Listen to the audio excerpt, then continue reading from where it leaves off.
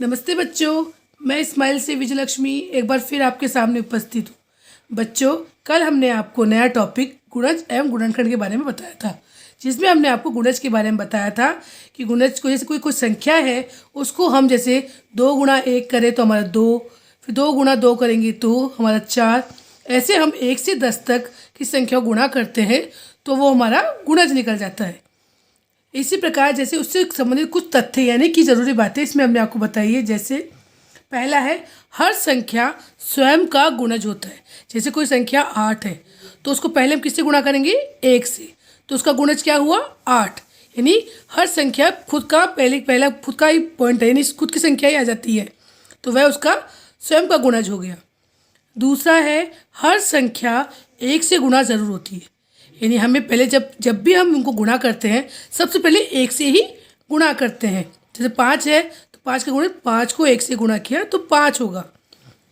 तीसरा पॉइंट, सबसे छोटी और पहली संख्या का गुणज स्वयं संख्या होती है।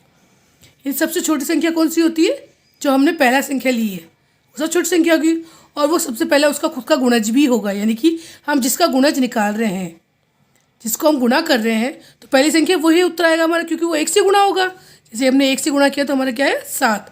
और ये सबसे पहली होती है तो सबसे छोटी होती है।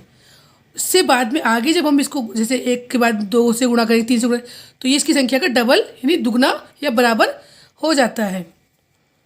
ऐसे चौथा पॉइंट है, संख्या का गुणज असीमित होता है।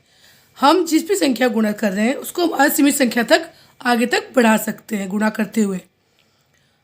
पांचवा है, 2 के गुणज को सम संख्या कहते हैं। जो भी संख्या 2 से गुणा हो जाती है यानी उसको 2 से भाग देने पर पूरा जाता है तो वह सम संख्या कहलाती है।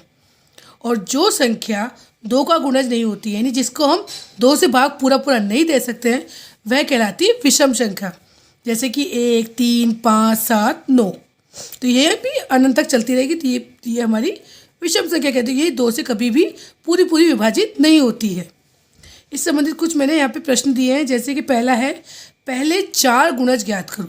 तो हमने जैसे 4 है तो 4 का हमने यहाँ पे गुणज ज्ञात करके दिखाया कि 4 को पहले 1 से गुणा किया तो 4, फिर 2 से गुणा किया 8, फिर 3 से गुणा किया तो 12 और 4 को 4 से गुणा किया तो 16। तो इसको हम 1, 2, 3, 4 तक इसके गुणज निकाले तो कितना है? 4, 8, 12 और 16।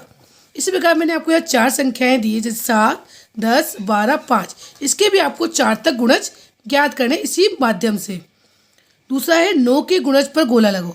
तो जो इसमें 9 के पहाड़े में आते हैं उन पर आपको गोले लगाने हैं। तो मुझे उम्मीद है मैंने आपको जो समझाया है समझ में आया होगा और आप मुझे करके भेजोगे।